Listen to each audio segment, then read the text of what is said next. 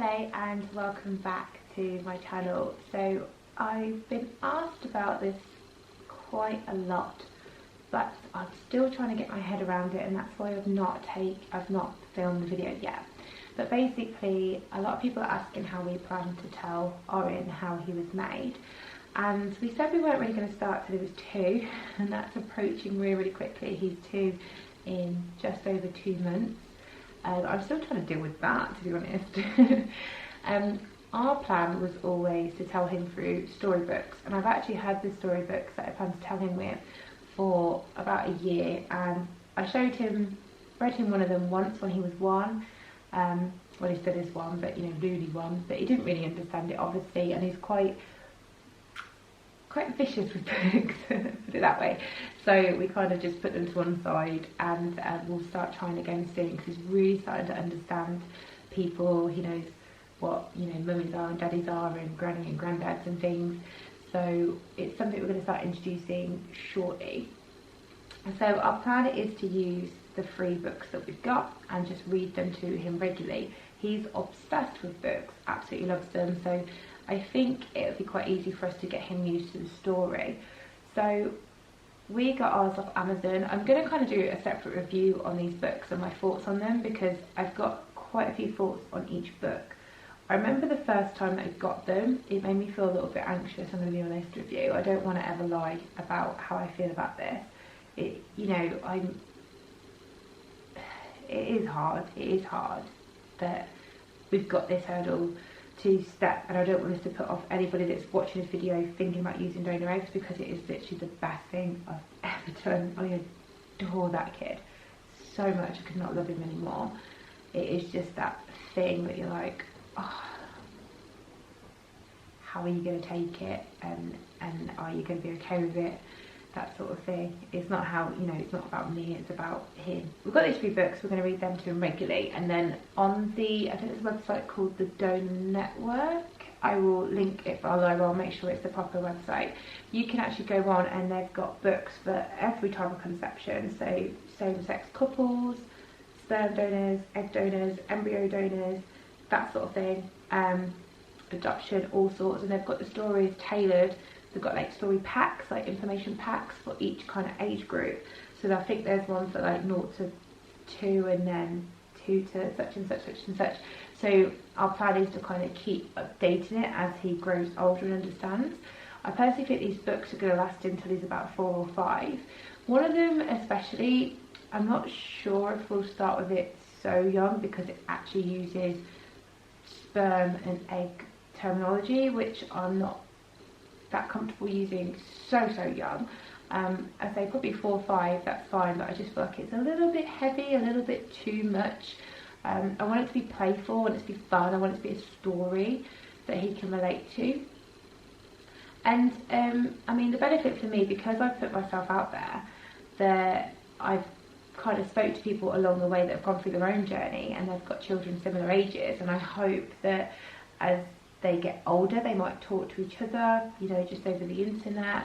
I've got a friend as well with donor conceived children through sperm donation, and I'm just hoping he's got that support network there.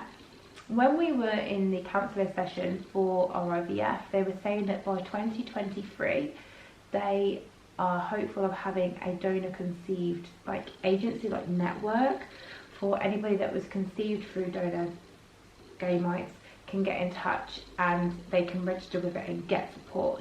From here they can also kind of find out if they've got any siblings or anything. If there was like a sperm donations can go to 10 families, we found out, so they can find out if there's any other siblings that way as well.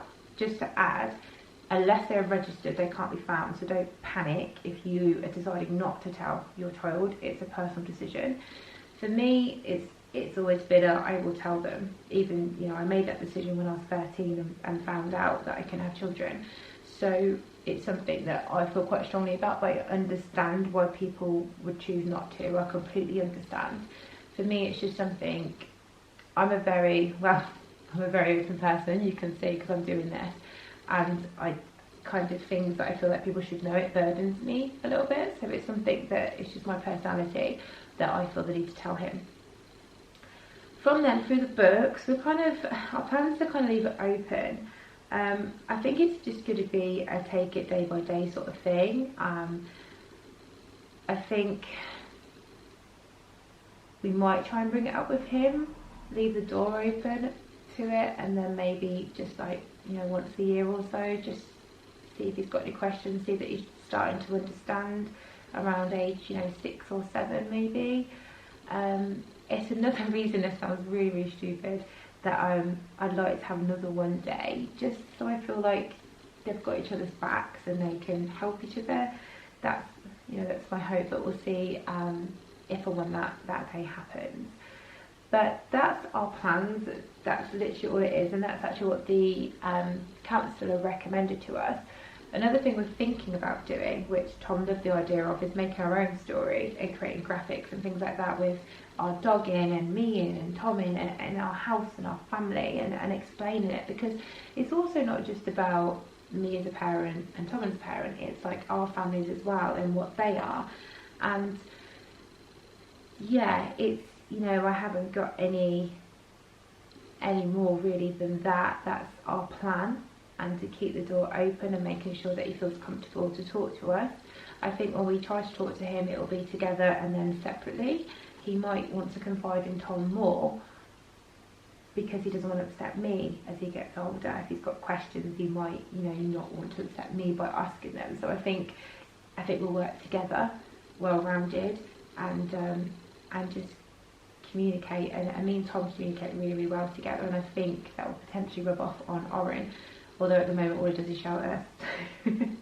I don't know, but you know, terrible twos are approaching, and I think that's it. But that's our plan, and hopefully you found it helpful. If you've got any suggestions or any questions or things below, then let me know.